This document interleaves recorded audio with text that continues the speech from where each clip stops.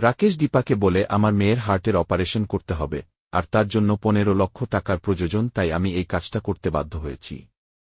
তখন দীপা বলে তোমার মেয়ের অপারেশন হবে, তোমার মেয়ের অপারেশন করবে ডাক্তার সূর্য সেনগুপ্ত। এদিকে সোনার ক্লাসমেট সোনাকে বলে চলো আমি তোমাকে ড্রপ করে দিচ্ছি। তারপরে সোনাকে জিজ্ঞাসা করে তুমি আরিয়ানের সঙ্গে ঘুরতে যাওনি, তখন সোনা বলে আই হেট আরিয়ান। এই কথা শুনে ছেলেটা খুশি হয়ে যায়, তারপরে বলে কিছু ভাজা খেতে যাবে। এদিকে দীপা রাকেশকে জিজ্ঞাসা করে তুমি কার কথায় কাজটা করেছ। রাকেশ বলে আমাকে একজন মহিলা ফোন করেছিল, তার নাম চারু ম্যাডাম। চারুর নাম শুনে দীপা চমকে যায়। তারপরে রূপাকে বলে তুমি অলিকে এই ব্যাপারে কিছু বলবে না। দীপা তবলাকেও খুব বারণ করে দেয়, কিন্তু তবলা চারুর আসল চেহারা সূর্যকে দেখাবেই।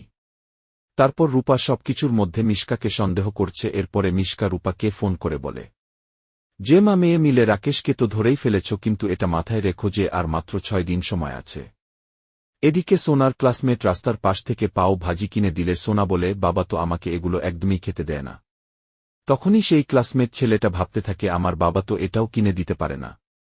তারপর অটোওয়ালা জিজ্ঞাসা করে তোমার কাছে বলে টাকা নাই, তখন ছেলেটা বলে এই দোকানে আমি রাতের বেলা কাজ করে দেই, তাই আমার টাকা লাগবে না। এরপর ছেলেটা কনফার্ম করে ফেলেছিল সোনাকে নিয়ে ঘুরতে যাওয়ার জন্য। ঠিক সেই মুহূর্তে সোনাকে মিশকা ফোন করে বলে তোমার মাকে তোমার বাড়িতে ঢুকতে দেখলাম, আর সেই জন্যই আমি তোমাকে ফোন করেছিলাম। তখনই এই কথা শুনে সোনা সেখান থেকে চলে যায়। এদিকে তবলা সূর্যকে বলে এবার আপনি চারুকে শাস্তি দিয়ে নিজের জীবনে নিজের কাছে টেনে নিন দীপাকে। এদিকে দীপা চারুকে জিজ্ঞাসা করলে চারু পুরোটাই অস্বীকার করে। তখন দীপা চারুকে একটা থাপ্পড় মেরে বলে তুমি জানো ওই টাকাটা দিয়ে আমি জয়ীর অপারেশন করাতাম, আর তোমার একটা ভুলের জন্য আজকে জয়ীর কত বড় একটা ক্ষতি হয়ে গেল। তুমি এটা করতে পারলে চারু আমার সঙ্গে, আমি তোমাকে একজন ভালো বন্ধু মনে করতাম। তখনই চারু বলে আমাকে ক্ষমা করে দাও, আমাকে শেষবারের মতো ক্ষমা করে দাও, আমি অনেক বড় অন্যায় করে ফেলেছি। তখন দীপা বলে এত কিছু পরেও আমি আমার মেয়েকে এই বাড়িতে রাখতে পারব না।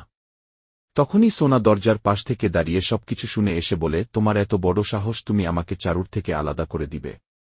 তখন দীপা বলে তোমার মা সব সময় তোমাদেরকে ভালো চেয়েছে। তারপর দীপা সেখানে আর কথা না বাড়িয়ে সেখান থেকে বেরিয়ে চলে আসে।